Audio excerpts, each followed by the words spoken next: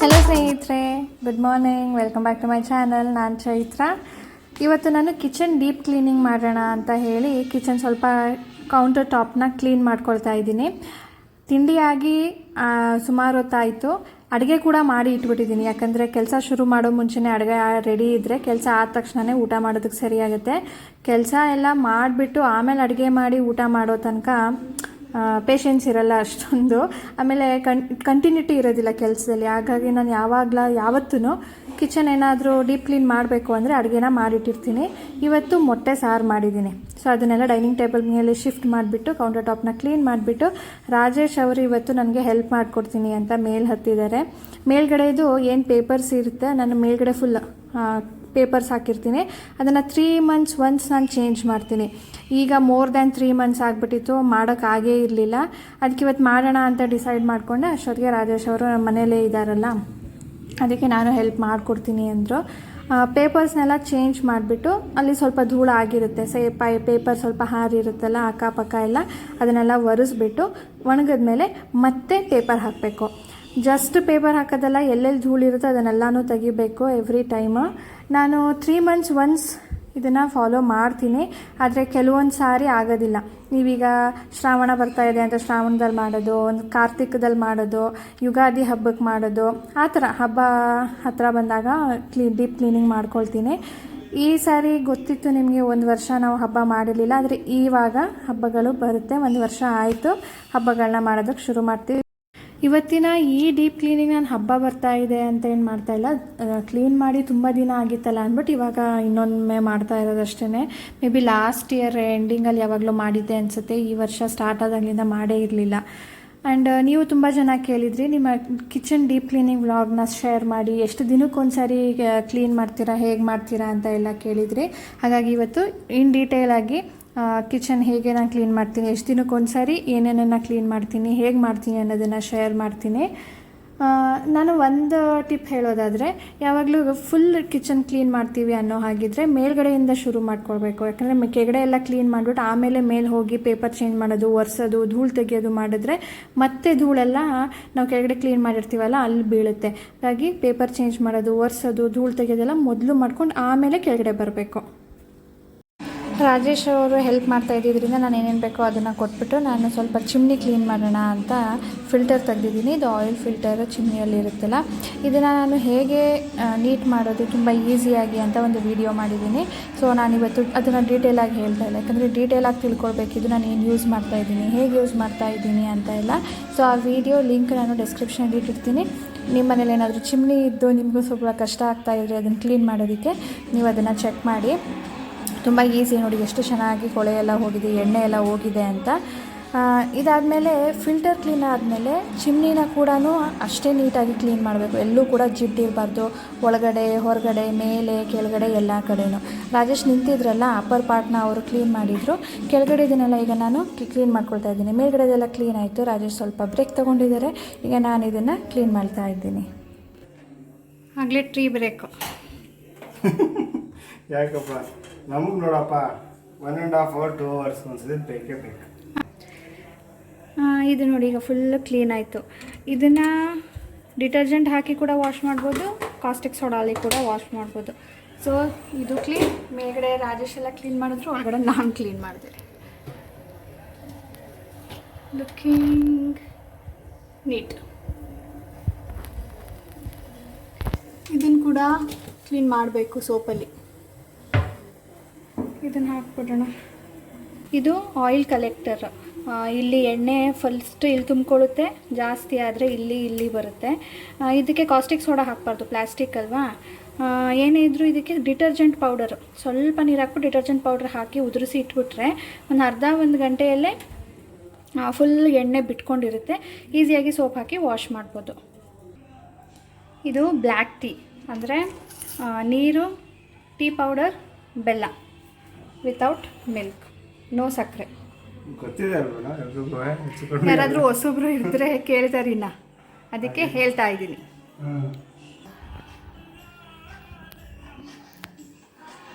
ಇವತ್ತು ಯಾರದ್ರಿ ನೋಡ್ತಾ ಇರೋದು?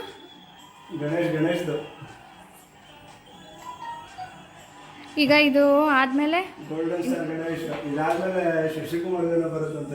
ನಾವು ಟಿ ವಿದು ಮಾತಾಡಲಿಲ್ಲ, ನಮ್ಮ ಕೆಲಸದ ಮಾತಾಡಿದ್ವಿ. ಟೀ ಆದಮೇಲೆ ಇನ್ನು ಸ್ವಲ್ಪ ಕೆಲಸ ಇದೆ ಅಂತ. ಬನ್ನಿ ಕೊಡ್ಬಿಟ್ಟು. ಈಗ ನೆಕ್ಸ್ಟ್ ನಾನು ಏನು ದಿನಸಿ ಕಾಳುಗಳು ಸಾಮಾನುಗಳು ಅಡುಗೆಗೆ ಬೇಕಾಗಿರೋದು ನಾನು ಡೈಲಿ ಯೂಸ್ ಮಾಡುವಂಥದ್ದನ್ನೆಲ್ಲ ಒಂದು ಕಡೆ ಇಟ್ಕೊಂಡಿದ್ದೀನಿ. ಸೊ ದಟ್ ನನಗೂ ಈಸಿ ಆಗುತ್ತೆ. ಯಾರಾದರೂ ನಮ್ಮ ಮನೆಗೆ ಬಂದರೆ ನನ್ನ ಆಬ್ಸೆನ್ಸಲ್ಲಿ ಅವ್ರು ಅಡುಗೆ ಮಾಡ್ಕೊಳ್ಬೇಕು ಅನ್ನೋ ಹಾಗಿದ್ರೆ ಅವ್ರಿಗೂ ಈಸಿ ಆಗುತ್ತೆ. ಎಲ್ಲನೂ ಒಂದರಲ್ಲಿದೆ ನೋಡಿ ಅಂತ ಹೇಳ್ಬಿಡ್ಬೋದು ಅಂತ. ಸೊ ಅದನ್ನೆಲ್ಲ ತೆಗೆದ್ಬಿಟ್ಟು ಅಲ್ಲೂ ಕೂಡ ಪೇಪರ್ ಚೇಂಜ್ ಮಾಡಿ ಒರೆಸೋಣ ಅಂತ ತೆಗಿತಾ ಇದ್ದೀನಿ.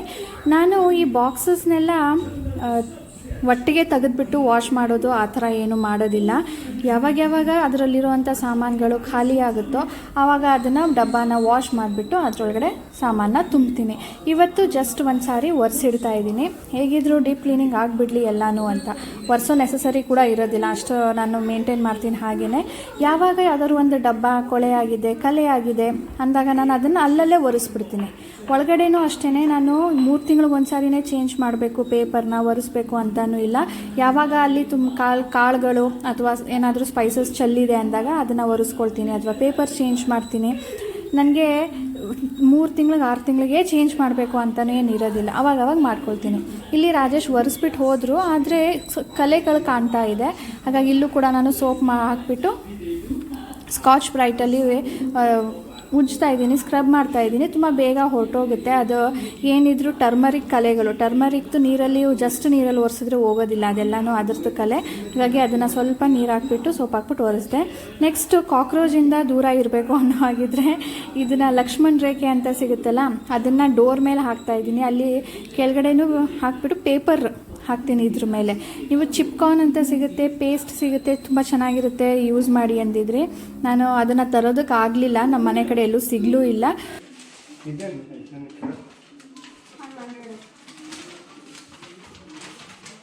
ಇಷ್ಟು ದಿನ ಆಯಿತು, ಎಲ್ಲಿಟ್ಟಿದ್ದೀನಿ ಅಂತ ಗೊತ್ತಿಲ್ಲ ನಿಮಗೆ. ನಾವು ಬರೀ ಬಾಕ್ಸ್ಗಳು ಐಟಮ್ಗಳು ತಕ್ಕೊಳ್ಳೋದಷ್ಟೇ, ಏನಿದೆ ಏನಿಲ್ಲ ಅಂತ ನೋಡಲ್ಲ. ಕಿಚನಲ್ಲಿ ಏನಿದೆ ಏನಿಲ್ಲ ಅಂತ ನೋಡಲ್ಲ. ಅವ್ರಿಗೇನಿದ್ರು ಟೀ ಮತ್ತೆ ಬೆಲ್ಲ ಇದೆ ಸಾಕು, ಟೀ ಪೌಡರು. ಇದನ್ನ ರೀಸೆಂಟಾಗಿ ಒರೆಸಿದ್ದೀನಿ, ತೊಳೆದಿದ್ದೀನಿ ಎಲ್ಲನೂ. ಅದಕ್ಕೆ ಇದೊಂದು ಏನು ತೊಳೆಯೋದಿಲ್ಲ, ಇಲ್ಲ ಒರೆಸೋದು ಇಲ್ಲ. ಮಸಾಲಾ ರ್ಯಾಕ್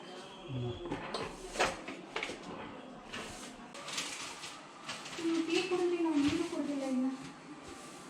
ಕುಡಿಯಪ್ಪ ಕುಡಿ, ಡಿಹೈಡ್ರೇಷನ್ ಆಗ್ಬಿಡುತ್ತೆ ಬೇಸಿಗೆಲಿ, ಬೆವತು.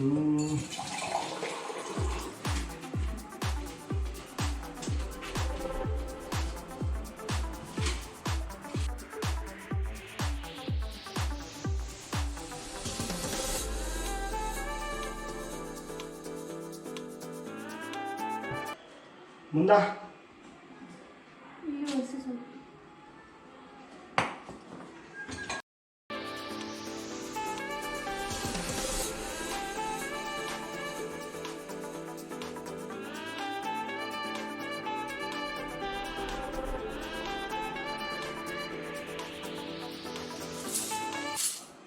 ಇದೆಲ್ಲ ದುಡ್ಡು ಯಾರಲ್ಲಿ? ಮೊದಲು ನಿಂದಿತ್ತು, ಈಗ ನಂದು. ಅದೇಂಗೆ ಮೊದಲು ನಂದು ಈಗಿಂದು ಇಲ್ಲಿ ತಂದಿ ಡೈನಿಂಗ್ ಟೇಬಲ್ ಮೇಲೆ ಈ ಥರ ಫ್ರಿಡ್ಜ್ ಮೇಲೆ ಇಟ್ಟಿರ್ತೀರಾ, 2-3 ದಿನ ಆದರೂ ಎತ್ತೋದಿಲ್ಲ. ನಾನು ತೆಗೆದು ಒಳಗೆ ಇಟ್ಕೊತೀನಿ. ಈ ರ್ಯಾಕಲ್ಲಿ ಜಸ್ಟ್ ಗ್ಲಾಸ್ ವೇರ್ಸ್ ತುಂಬ ಜಾಸ್ತಿ ಏನು ಯೂಸ್ ಮಾಡಲ್ಲ, ಆದರೆ ಇಡ್ಲಿ ಅಂತ ಇಟ್ಕೊಂಡಿರ್ತೀವಲ್ಲ ಅಂತ. ನೋಡಿ ಕಪ್ಗಳು ಇಲ್ಲಿ ಇಟ್ಟಿದ್ದೀನಿ, ಯೂಸ್ ಮಾಡಲ್ಲ. ಸಾಸಸ್ಗಳಂತೂ ಯಾವ ಯೂಸೇ ಮಾಡಲ್ಲ. ಇದಂತೂ ಅವಾಗ ಬಿಸ್ಕೆಟ್ ತೆಗೆಯೋದಕ್ಕೆ ಹಾಕೋದಕ್ಕೆ.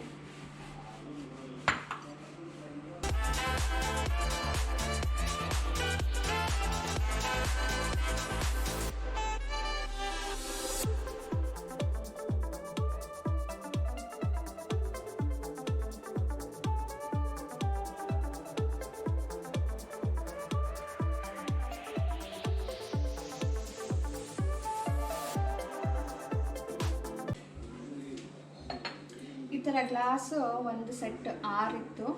ಈಗ ಇದೊಂದು ಮಿಕ್ಕಿದೆ, ರಾಜೇಶ್ ಒಂದು ಯೂಸ್ ಮಾಡ್ತಿದ್ದಾರೆ. ಬಾಕಿ 4 ಹೆಂಗಂದ್ರೆ ಹಂಗೆ ಹೊಡೆದೋಯ್ತು. ಒಂದು ನಾನು ಹೊಡೆದಾಗದೆ, ಒಂದು ಸಾನು ಫ್ರೆಂಡ್ ಹೊಡೆದಾಕಿದ್ಲು, ಒಂದು ರಾಜೇಶ್ ಹೊಡೆದಾಕಿದ್ರು. ಇನ್ನು ಒಂದು ಏನಾಯ್ತು ಗೊತ್ತಾ, ಇಲ್ಲಿ ಕಿಟಕಿ ಮುಂದೆ ವಾಶ್ ಮಾಡಿ ಇಟ್ಟಿದ್ದೆ. ಕೆಳಗಡೆ ಇಡೋದು ಬೇಡ, ಮೇಲ್ಗಡೆ ಇಡೋಣ ಅಂತ. ಜೋರಾಗಿ ಗಾಳಿ ಬಂದು ಬಿದ್ದು ಹೊಡೆದೋಯ್ತು. ಇಲ್ಲೆಲ್ಲ ಗಾಜು, ಸಿಂಕಲ್ಲೆಲ್ಲ ಗಾಜು. ಕ್ಲೀನ್ ಮಾಡೋ ತನಕ ಸಾಕಾಯಿತು. ಕಾಕ್ರೋಚ್ದು ಟ್ಯಾಬ್ಲೆಟ್ ತಂದಿದ್ದು ನೋಡಿ, ಕರಗೇ ಇಲ್ಲ. No use.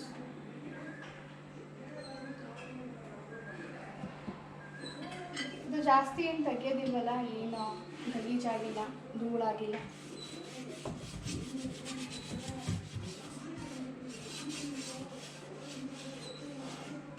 ನೋಡಿ, ಪೇಂಟ್ದು ಹಾಕ್ಸಿರೋದು ಎಲ್ಲ ಒಂದೇ ಥರ ಇದ್ರೆ ಚೆನ್ನಾಗಿ ಕಾಣೋದಿಲ್ಲ ಅಂತ.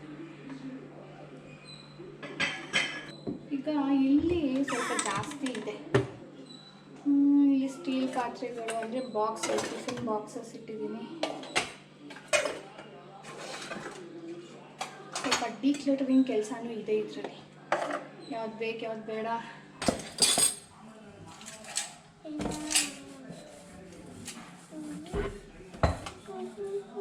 ಇಷ್ಟೊತ್ತು ಸಾನು ಡ್ಯಾಡಾದಾಯಿತು ಹೆಲ್ಪ್.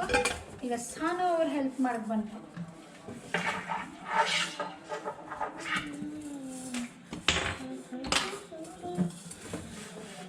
ಹಾಡು ನೋಡ್ರಪ್ಪ ಸಾನದು. ಯಾವ ಹಾಡು? ಹಾಡು ಹೇಳ್ತಿದ್ದಲ್ಲ, ಯಾವುದದು?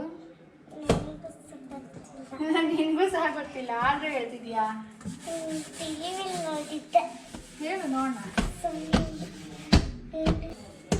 ಓಕೆ, ಕೊಡು. ಇಲ್ಲೂ ಒರೆಸ್ತಾ ಸೋನಾ? ಇಲ್ಲೆಲ್ಲ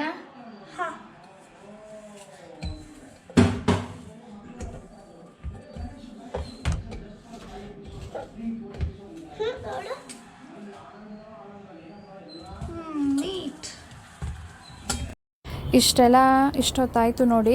ಮೇಲ್ಗಡೆ ನಾನು ಏನು ಚಿಮ್ನಿ ಇರುತ್ತೋ ಅದರ ಅಕ್ಕಪಕ್ಕ ಮೇಲ್ಗಡೆ ಪೇಪರ್ಸ್ನೆಲ್ಲ ತೆಗೆದ್ಬಿಟ್ಟು ಒರೆಸ್ಕೊಳ್ಳೋದು. ಇಷ್ಟೇ ನಾನು ಯೂಶ್ವಲಿ ಒಂದು ದಿನದಲ್ಲಿ ಮಾಡೋದು. ಇವತ್ತು ರಾಜೇಶ್ ಇದ್ದಿದ್ದರಿಂದ ಕಿಚನ್ ಫುಲ್ ಡೀಪ್ ಕ್ಲೀನ್ ಮಾಡಿದ್ದೀನಿ.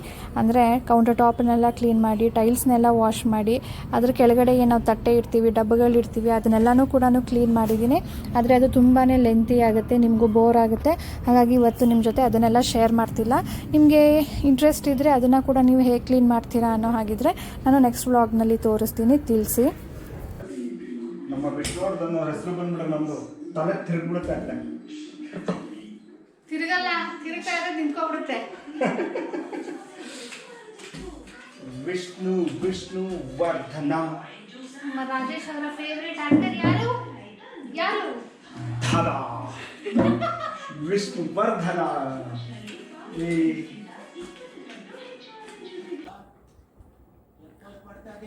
ಕೆಲಸ ಮುಗೀತು, ಸ್ನಾನ ಆಯಿತು. ಬೆಳಿಗ್ಗೆ ಸಿಂಪಲಾಗಿ ಉಪ್ಪಿಟ್ಟು ಮಾಡಿದ್ದೆ, ಮಧ್ಯಾಹ್ನಕ್ಕೆ ಅಡುಗೆ ಮಾಡಿಟ್ಬಿಟ್ಟು ಕೆಲಸ ಶುರು ಮಾಡಿದ್ದೆ. ಸೊ ರಾತ್ರಿಗೂ ಈಗೇನು ಮಾಡೋದಿಲ್ಲ, ಮೊಟ್ಟೆ ಸಾರು ಇದೆ. ಸೊ ಮೊಟ್ಟೆ ಸಾರು ರೆಸಿಪಿ ಶೇರ್ ಮಾಡಿದ್ದೀನಿ. ಅದನ್ನು ಮಾಡಿ ನೋಡಿ ಚೆನ್ನಾಗಿ ಬಂದಿತ್ತು ಅಂತ ಕೂಡ ನನಗೆ ಕಮೆಂಟ್ ಮಾಡಿ ತಿಳಿಸಿದ್ರಿ. ನೀವು ಇನ್ನೂ ಅದನ್ನು ನೋಡಿಲ್ಲ, ಟ್ರೈ ಮಾಡಿಲ್ಲ ಅನ್ನೋ ಇದ್ರೆ ಲಿಂಕ್ ಡಿಸ್ಕ್ರಿಪ್ಷನ್ ಇರುತ್ತೆ, ಟ್ರೈ ಮಾಡಿ. ತುಂಬ ಚೆನ್ನಾಗಿ ಬಂದಿತ್ತು, ಚೆನ್ನಾಗಿ ಬರುತ್ತೆ ಆ್ಯಕ್ಚುಲಿ. ಟಿ ವಿ ನೋಡ್ತಾ ಈ ಕೆಲಸ ಮಾಡಿದ್ರೆ ಹಂಗೇನೆ. ನಮ್ಮ ಮನೆಯವ್ರಿಗೂ ಟಿ ವಿ ಆನ್ ಇದ್ದರೆ ಗಮನ ಎಲ್ಲ ಟಿ ವಿ ಮೇಲೇ. ಈಗ ಈ ವಿಡಿಯೋನ ಇಲ್ಲಿಗೆ ಎಂಡ್ ಮಾಡ್ತೀನಿ ಸ್ನೇಹಿತರೆ. ನಮ್ಮ ದಿನ ಎಲ್ಲ ಇವತ್ತು ಬರೀ ಕಿಚನ್ ಕ್ಲೀನಿಂಗಲ್ಲೇ ಹೋಯಿತು. ಲಾಕ್ಡೌನ್ ಇದ್ದಿದ್ದರಿಂದ ನನಗೆ ತುಂಬ ಹೆಲ್ಪ್ ಆಯಿತು. ಯಾಕೋ? ಇಲ್ಲ ರಾಜೇಶ್ ಅವ್ರು ಇದ್ದಿದ್ದರಿಂದ ನಮಗೆ ತುಂಬ ಹೆಲ್ಪ್ ಆಯಿತು. ಓಕೆ ಸ್ನೇಹಿತರೆ, ಸಿಗೋಣ ಮುಂದಿನ ವೀಡಿಯೋಲಿ. Until then bye. But subscribe ಮಾಡಿದೆ ನೀವೇನಾದರೂ ಈ ವಿಡಿಯೋ ನೋಡ್ತಾ ಇದ್ದರೆ ಸಬ್ಸ್ಕ್ರೈಬ್ ಮಾಡ್ಕೊಳ್ಳಿ, ಬೆಲ್ ಬಟನ್ನ ಕ್ಲಿಕ್ ಮಾಡಿ, ಲೈಕ್ ಮಾಡಿ, ತುಂಬ ಜನಕ್ಕೆ ಶೇರ್ ಮಾಡಿ.